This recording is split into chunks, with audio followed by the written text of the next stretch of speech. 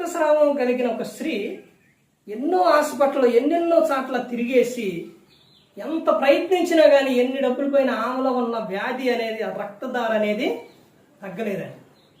తగ్గకపోయేసరికి ప్రభువారి గురించి ఆమె ఎనిది. ఇప్పుడు ఆ స్త్రీ అన్నీ చెప్పుకోవాలంటే పురుషునికి అన్నీ చెప్పుకోవాలి చాలా కష్టం, చెప్పుకోలేరు. ఇప్పుడు ఏమేం చేసిద్దంటే ఆ జనాభాలో ఎలాగా ప్రభు ఎదుటి వెళ్ళి ఎలా చెప్పాలి ఈ విషయాన్ని? జనం ఉంటారు, అందరూ ఉంటారు, ప్రభు అంటే వేల కొలది ఉంటారు జనం చుట్టూ అని ఆమె పక్క పక్కన కూర్చొని ఆ జనంలో వెళ్ళి ఆయన వస్త్రపు చెంగు అలా ముట్టిద్దండి. అలా ముట్టంగానే ఆమెలో ఉన్న రక్తధార ఆగిపోయింది. ఆగిపోగానే ప్రభువారు ఆమె ఎప్పుడైతే అలా ముట్టుకుందో, పేతురు ఈ నన్ను ఎవరో ముట్టుకున్నారు అని అన్నాడు.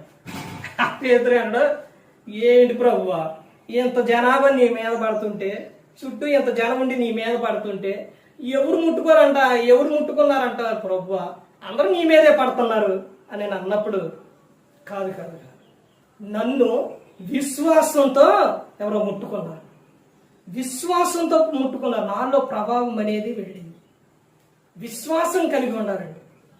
అప్పుడు ఎవరో అన్నప్పుడు ఆ స్త్రీ నిలబడి ధైర్యంగా చెప్పింది, అమ్మా నీ విశ్వాసం నిన్ను స్వస్థపరిచింది అని చెబుతారు.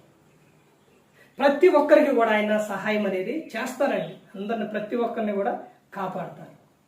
అందుకని ప్రతి ఒక్కరు కూడా దేవుని యందు భయభక్తులు కలిగి పరిశుద్ధాత్మ మాట ఏంటో హృదయశుద్ధిని కాపాడుకుంటారు. క్రీస్తుని పోలే నడుచుకున్న ఈ లోకం విడిచిన పరలోకానికి చేరుకుంటారు. మరి ఈ విధంగా నిలబెట్టి మాట్లాడించిన తండ్రి అన్న దేవునికి కృతజ్ఞతాస్తుతులు చెల్లిస్తూ ఇంతవరకు శ్రద్ధగా ఉన్న మీకు ప్రభు హృదయపూర్వకంగా చెల్లిస్తూ ఈ మాటలు ముగిస్తున్న అందరికీ వందనాలండి.